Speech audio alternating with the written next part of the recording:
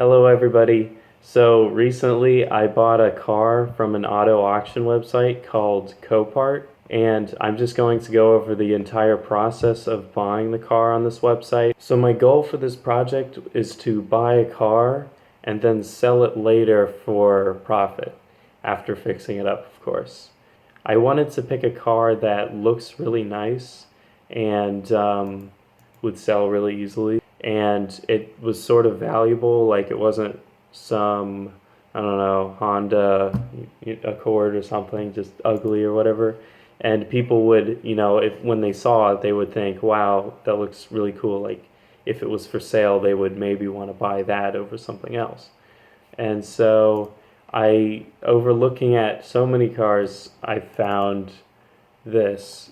It's a 2010 Ford Mustang, and I think it just looks so cool with its um, black stripes on the red body. It's so nice. Like, even though it's 2010, it just looks like it's in great condition, other than the obvious. So here's a reason why I just was like sold when I saw this car. So a lot of the cars on this website are salvage vehicles, and here it says document type certificate of title. Normally, like, a car on this website, it would have like a salvage title, which means that you would have to, I don't know, go to the DMV, and then after inspection of the car, they would give you a rebuilt salvage title. So you'd never actually get like a clean title. This car here has a clean title, so that's just like really good. Like, that's not too common. And then the odometer was under 50,000 miles, and it's probably just like a psychology thing, but if it's under 50,000 miles, you think, well, that's, great condition. I don't know, you get it. It's like you'd want it more. And then, of course, run and drive. That's like the number one thing on my list, is that the car has to run and drive, because I'm just not a mechanic. Like, I think I can fix the body of the car, but just, yeah, engines and stuff, I can't do that. I looked at the price of this car. Of course, they always give you this estimated retail value, which doesn't really mean anything. It's always way too high usually. This one is actually about right for some reason. A lot of the cars are like selling from 11,000 to 13,000, so this is a pretty good number. And that's about it from this point of view. I'll look at the pictures. So here's all the pictures that they gave. They're not the best quality, but still good. So this entire side of the car looks just perfectly fine, like untouched. Nothing ever happened to it. Next image is the inside. There's no airbags that went off, and I know, like, if an airbag goes off, it's pretty bad. So, because the seat belts also lock up, and you have to like replace the seat belts. There's a key hanging right there. That's nice. So I wasn't too worried about the airbags. The engine bay. This is the worst picture to look at for me, because you can see on the side right here, they're missing the aprons of the car. They did not like bring the camera out far enough to see the aprons or the front bumper. So that was just like, it could have damage that I didn't see on it. And back at the listing, it says that primary damage is the front end, and I'm not really too sure. This is kind of like a side damage, so it was kind of like, but I don't know. I looked at reference images, and this looked fine, so I don't know. I just hope for the best is all I could say. The bumper looks like it lines up fine enough. So on this side, here's the major damage. I noticed this tire is not supposed to be that way. This back tire is, I assume that's how it's supposed to be. It looks mostly straight up and down, and then this one is like tilted inwards. Like, there's no way this is normal. And it's also a spare tire, so that's a little bit And then it's hit pretty hard because there's a hole in the fender here. and the door is damaged, but the glass does not look cracked. The windshield does not look cracked.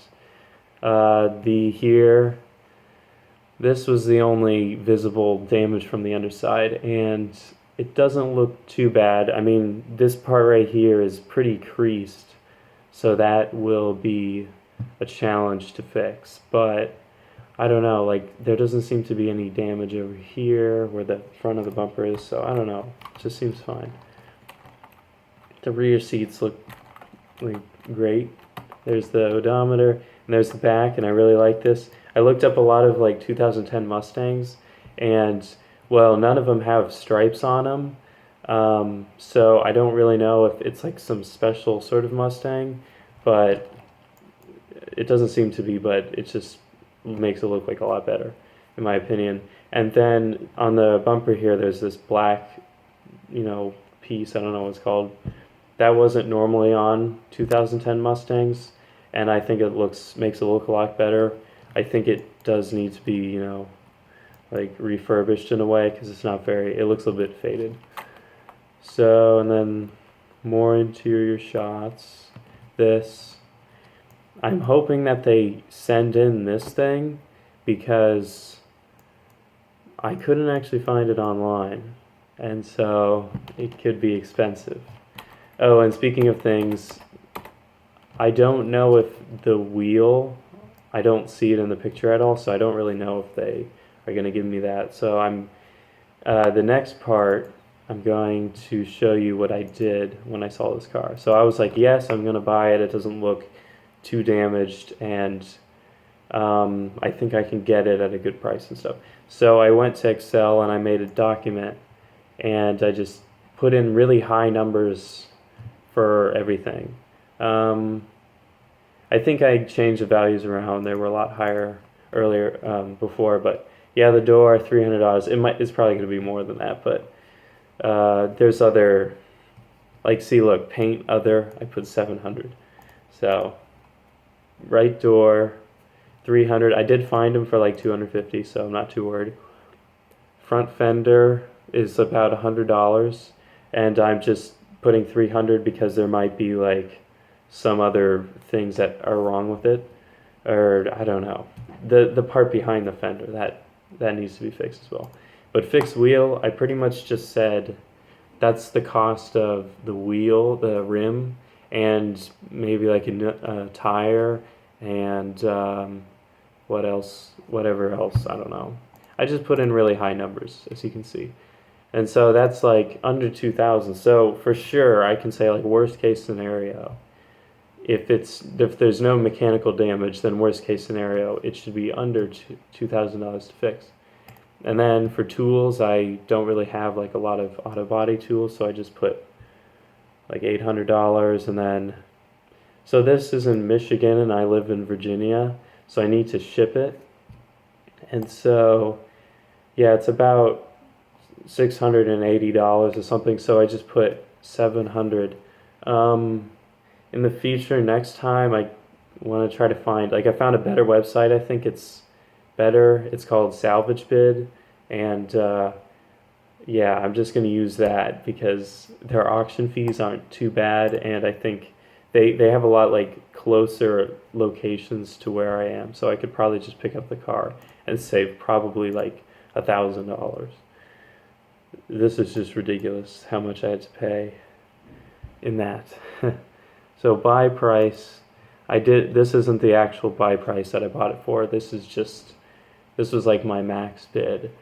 At first it was $4,000, and then I was like, well, like I thought about the day before. I was like, but there's shipping and auction fees and whatever, so I moved it to $3,700.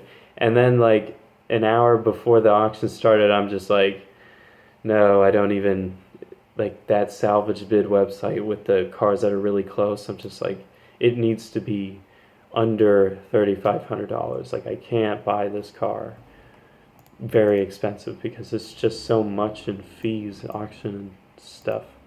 So, and then of course here's the Excel, did its little math, and that's the profit that like I would get if I sold it at 10,000. I hope I sell it for 10,000. If it sells for like 8,000, which is the lowest like I would ever, I don't even want to go there. But if it does sell for that, which it will sell for 8,000, I'd still make 300 bucks, but more than that because it's not going to take this much money to fix it. So it should be like over 1,000, I think. All right, so I'm going to move on to the auction part of this video, and we'll see what I did and what I could probably improve on. All right, so here's the video from the live auction. So I remember it was 10 in the morning, and it was kind of far down the list. It was like 45-minute wait, so it was pretty intense. My heart was pounding the entire time. It was very scary doing this. But you can see there's two bidders against me. There was Ohio and Michigan. The Ohio guy, he didn't bid, like, he only bid once as far as I know, up to like $2,500, and then it was just me and this Michigan guy. And he would bid, you see, watch. It's gonna end, like, finish, and then he bids. And then when I bid sort of quickly, like only a few seconds after. He waited until I'm like just about to win it, and then he bids. And I think maybe I should have done it that way because, in a way, I sort of felt like he was thinking about every time he bid, like, should I do another bid or something? And so me like hitting it like instantly made me seem like, yes, I want it. Like he could just like upbid me or something and make me pay for it more. And I think after this video, I was just like, wait, did I just get scammed or something? I thought the Michigan guy was the owner of the car, and he was just trying to like bid me up, so I paid like a really high price for it. And then I realized maybe he was thinking the same thing about me because I was from Virginia. So he was probably like, why is this guy from way over in Virginia trying to bid me up or something like that? And see, I go into bonus time and I'm like, oh crap, I have to wait like another time. And then guess what? He places a bid.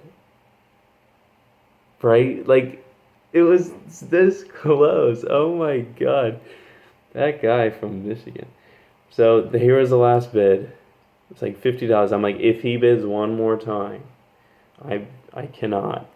It hits my maximum of 3,500, and I'm not going to bid one more time after that. So I was just like, I was pretty convinced that I was going to get bid out right here, and then it just like, oh my god, you won. Oh my god. Oh my god. I just won a Mustang. Did I really just buy a Mustang? Hold on. I don't know what to feel. I got so stressed out.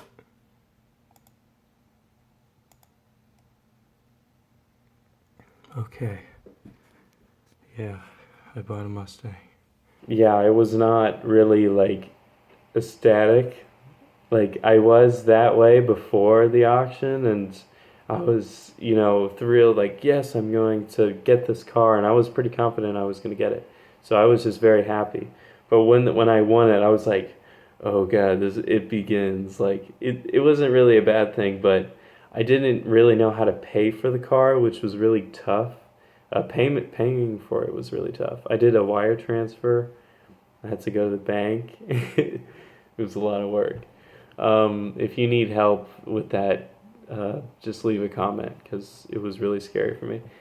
So in the end, I paid about $5,100 for it, and that included the shipping cost and the auction cost. But yeah, I basically won the car for $3,450. And I guess I can't, like other people on the website, they know that it costs hundreds of like over $500 in auction fees. So that was into the calculation. So people were thinking like, oh, this is more of like a little over $4,000 car or about that. So that's what we're all thinking when we bought this car, and you should too. When you look at these, you have to understand, like, even if you buy a $100 scooter or something, you only bid 100 on it, you're going to pay probably $200 in auction fees to get it. So it's just Copart. I wouldn't recommend it. If there's any other way you can get around it, do that. And yeah, that's about all there is to say about why I bought this car and everything that I did in preparation for it. And I hope you enjoyed it. And when it gets here, I don't know when, but when it gets here, it's going to be awesome. I'm going to make like a whole series of videos on it of me fixing it and ultimately selling it, and then hopefully buying the next car. It's going to be awesome. So stay tuned and please subscribe if you're into this whole thing, and leave a comment if you have any suggestions on any videos I do. I really would appreciate it, because maybe there's a cheaper way of doing something that I don't know about, and I want to know that. So thank you for watching. Goodbye.